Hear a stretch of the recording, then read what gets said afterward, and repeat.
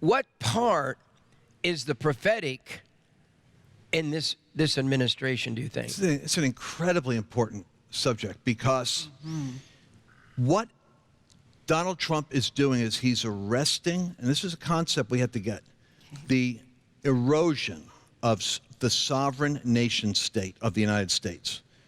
Now imagine this. There are globalists and one-worlders out there. Yes. And we've talked for years about one world economy and the, and the end times.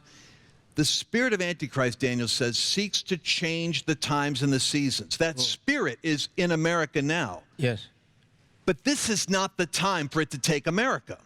Nope. And so what Christians do is they've resigned in the past, and they haven't gotten involved in electoral politics because they think it's unclean and they'd rather seek revival. But now we're becoming awakened and realizing it isn't either or, it's both and. You have to lock the front door at night plus pray for your family and your friends. So the prophets have to arise to speak identity to the nations. This is something we don't do. Most prophecy, when you think about it, it's predicting this or it's a word for somebody. But the real function of prophets, in the Old Testament particularly, was they spoke to the destiny of nations. That's it. And America has a definition and a destiny that's being rewritten by the left. They've expunged our history so that the average young person who's going to school thinks that America is a wicked colonist enterprise who built its wealth on the back of slaves, which is a lying narrative about what America is.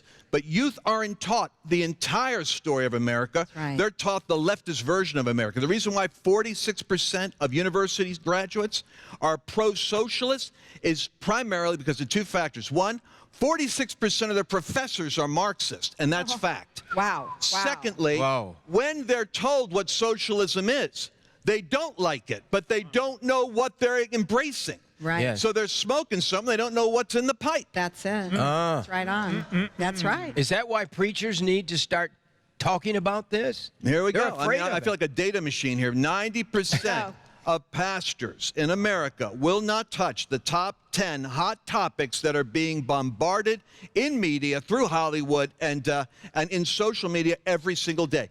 They don't talk about the controversy. When was the last time you heard somebody talking about what's the lie that's taking place in America regarding racism, and what's the truth? What is the facts about socialism versus free enterprise? We are illiterate on these subjects. Yes.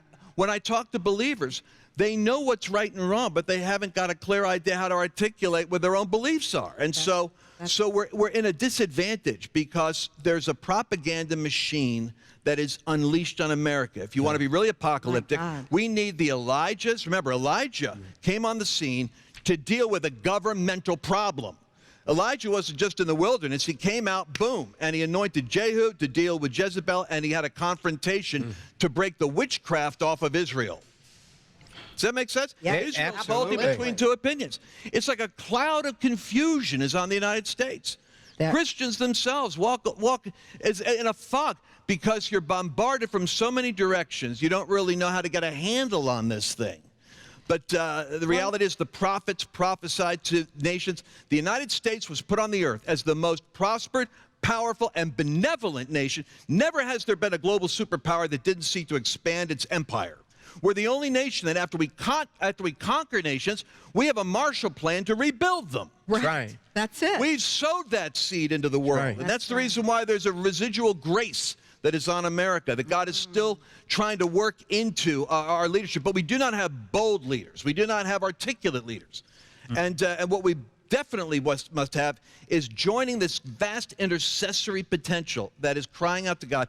We have to also be knowing that God may be calling you, because I've heard more people that I've run into in government where they're saying, Lord, why don't you do something? And the next thing they hear is, it's you. Yes. Because nobody thinks they're qualified. Well, guess what? Nobody's qualified. I'm not qualified. When I'm hearing you talk to me about being a spokesman, I'm thinking, oh boy. because a smart person knows they're out of their depth dealing with the complexity of this multi-pronged satanic attack on the nations. It's so true. Wow.